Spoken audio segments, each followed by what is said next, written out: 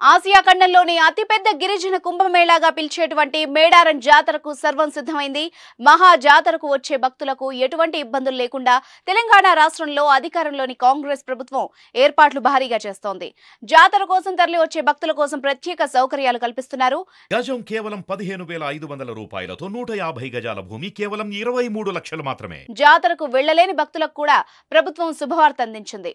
ఇంటి నుంచే నిలువెత్తు బంగారం సమర్పించే అవకాశాన్ని రాష్ట్ర దేవాదాయ శాఖ కల్పించింది. వనదేవతలకు ఆన్లైన్ ద్వారా నిలువెత్తు బంగారం సమర్పించి మొక్కులు చెల్లించే అవకాశాన్ని మంత్రి కొండా సురేఖ ప్రారంభించారు.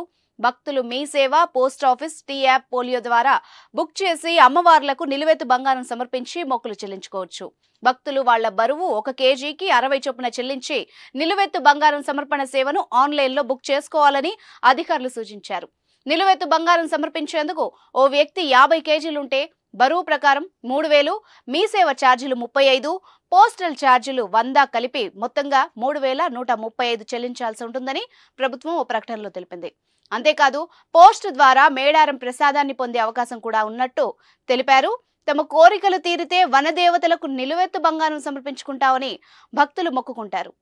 దానికి అనుగుణంగా కిలోల కొద్దీ బంగారాన్ని ఇక్కడ అమ్మవార్ల గద్దెలపై మొక్కుగా చెల్లించుకుంటారు. అయితే వ్యక్తిగత కారణాల ద్వారా మేడారం వెళ్లలేని భక్తులకు ఆన్లైన్ ద్వారా సమర్పించుకోవడం ఓ మంచి అవకాశం.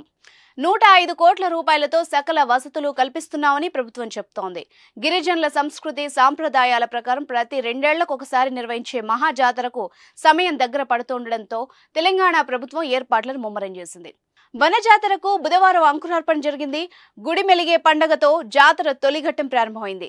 సమ్మక్క, కన్నేపల్లిలోని సారలమ్మ ఆలయాల్ని పూజా సామగ్రిని శుద్ధి చేసి అలంకరించి ప్రత్యేక పూజలు నిర్వహించారు. ఫిబ్రవరి 21వ తేదీన ఈ మహాజాతర ప్రారంభం కానుంది. 4 రోజుల పాటు సాగనుంది. మేడారం జాతర కోసం ప్రభుత్వం అన్ని ఏర్పాట్లు చేసింది. టీఎస్ఆర్టీసీ 6,000 ప్రత్యేక బస్సులు నడపనుంది. భక్తుల రద్దీ దృష్ట్యా ఈ నెల 18 నుంచి 25వ తేదీ వరకు ఈ ప్రత్యేక బస్సులు నడుపుతున్నట్టు తెలిపింది. మహా జాతరకు 1.5 కోటి వరకు భక్తులు వస్తారని అంచనా వేస్తున్నారు. ఇప్పటికే ఎటువంటి ట్రాఫిక్ ఇబ్బందులు తలెత్తకుండా రూట్ మ్యాప్ ని సిద్ధం చేయడంతో పాటు జాతరకు వచ్చే భక్తుల సంఖ్యను బట్టి అందుకు తగిన సౌకర్యాలు కల్పిస్తున్నారు.